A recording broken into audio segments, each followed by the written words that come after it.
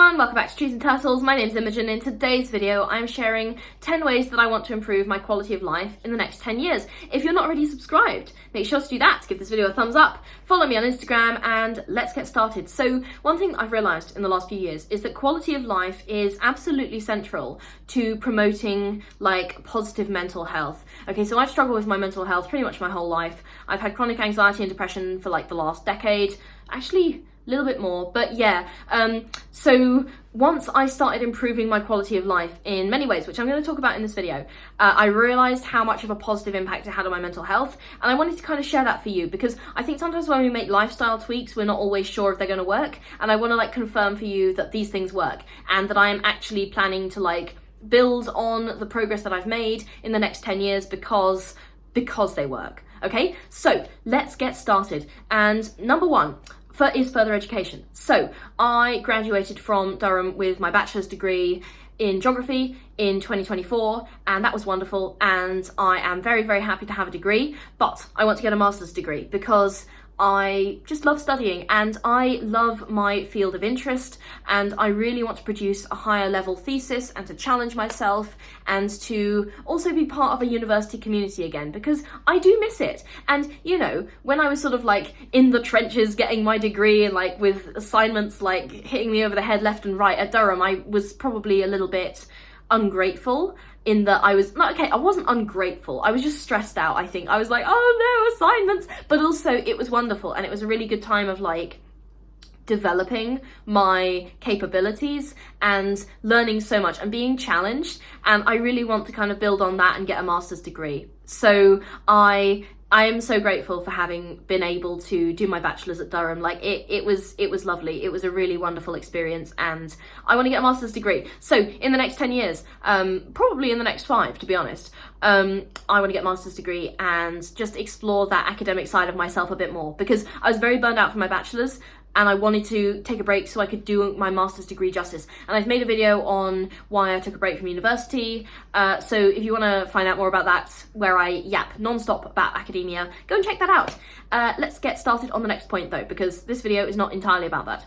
Number 2, career building. Okay, I want to gain responsibility and proficiency in my career. So another thing that my master's degree is going to contribute really well towards is just developing my skills, developing my career. But this break that I'm on currently between my bachelor's degree and my master's degree is fantastic for gaining industry specific experience in the career that I want to go into. And I'm really lucky that I'm just able, I'm in a position to actually learn that stuff, to build my career. It's something that I do not take for granted, and I'm very grateful for every day. So that kind of practical experience. And I did also work alongside my degree. I had 3 jobs. Well, it was 2 jobs. I had a job, I returned to that job, then I got a different job. So it was 3 separate jobs, but 2 of them were at the same place. Anyway, I also did an internship. I did 2 volunteering experience things. So career building is really important to me, and now I'm able to actually practically get long-term experience. It's good. It's really good.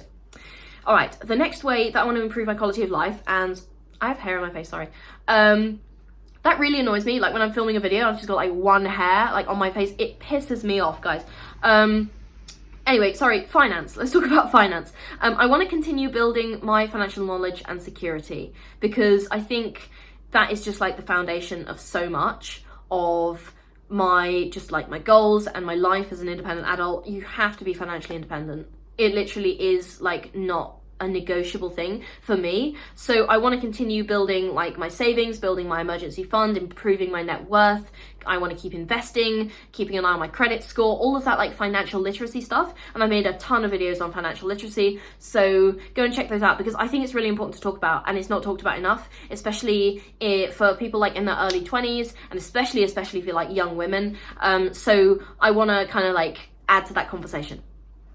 Housing. I was very, very happy to be able to move into my own place in 2024, and that's amazing. And I really living alone has been completely transformative for me. It's improved my skills so much, and it's been, I liked living with housemates at university, but I think for this point in my life, it's so important for me from a developmental perspective to live by myself and to learn those skills and to really have space to figure out what I am and what my life should look like and what I want out of life, and also how I want to decorate my living room. That's also important. But in the next 10 years I want to buy a house, because I rent my place currently and that's lovely, but I do want to own property at some point, and I think it's really important to kind of set that intention early on, so you can like start saving up for a deposit, so you can start looking for places and thinking about where your career might take you, so where you might want to buy. And and also like developing my career in ways that ensure that I am financially secure enough to buy a place, because that is obviously a big problem with the housing market right now, especially in the South. Housing is so expensive. Like every time I see a young person or like someone who looks to be under 40 who's bought a house, I'm like, tell me your secrets, okay? So I want to buy a house in the next 10 years, and I am actively in planning to make that happen.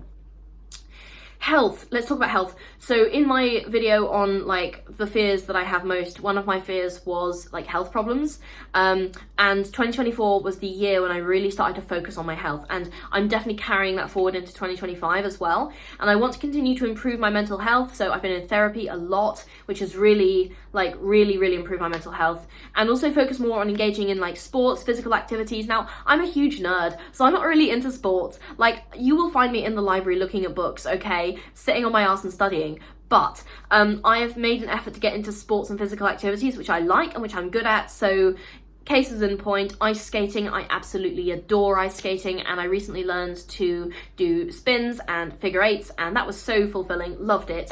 And also mid-distance cycling. I grew up in Cambridge, what do you expect? I'm a cyclist, of course I am. All right, social relationships. I want to put more effort in to see my long distance friends. This is the thing that no one tells you about adulthood. You've got to put in effort to see your friends. I remember when I left sixth form, and you know, me and one of my best friends, we went to like opposite ends of the country to university, and I was really sad. I was like, you know, I've got to put in effort to see you instead of like seeing you at school every day. And it was a really big sort of like wake up call, as in like, if I want to keep these friendships and I want these people to be in my life long term, I've got to make that effort to see them and really deepen my relationships in general. So that's another goal I have for the next 10 years. And you know, all my friendships and like my long distance friends are lovely and so understanding of the fact that now we see each other less. But when we do, it's always really, really good time, because we've made so much effort to see each other. And that is a lovely and very beautiful thing.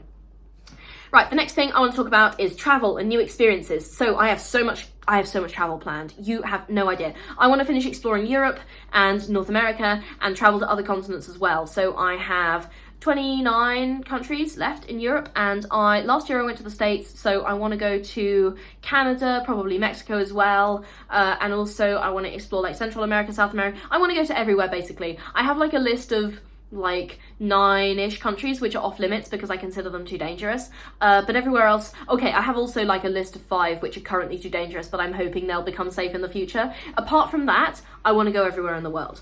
So that is a big goal that I have for the next 10 years, is travel the world. Creativity. I love being creative. You might have noticed that because I have a YouTube channel which requires high levels of creativity from me because I post every single day.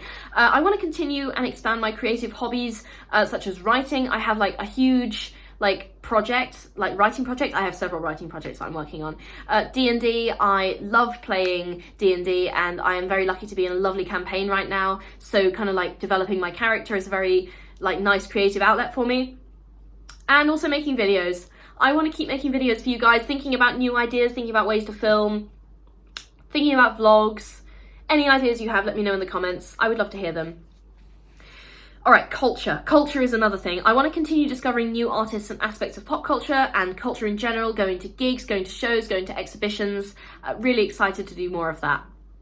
And finally, volunteering. I want to start giving back to causes which mean a lot to me. So I've already kind of doing that with this channel a little bit. Now, I talk a lot about mental health because mental health is really important to me, and it's something that I've personally struggled with, and I don't want those experiences to go to waste. Like, I want them to be able to help you out and, you know, just kind of raise awareness about that. So I've already kind of started like volunteering a little bit with the mental health content on this channel, because I don't get paid to do this. I do this for free. Although I might get paid in the future, that would be cool. But for now, it's all like completely voluntary, and I have other ideas that I want to like volunteer for as well. So that's something that I really want to get engaged in the next 10 years.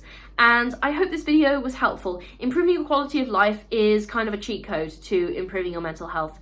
So it all comes back to that at the end of the day. This channel is about personal development. I've listed 10 ways I want to develop myself as a person in this video. So we are bang on topic here.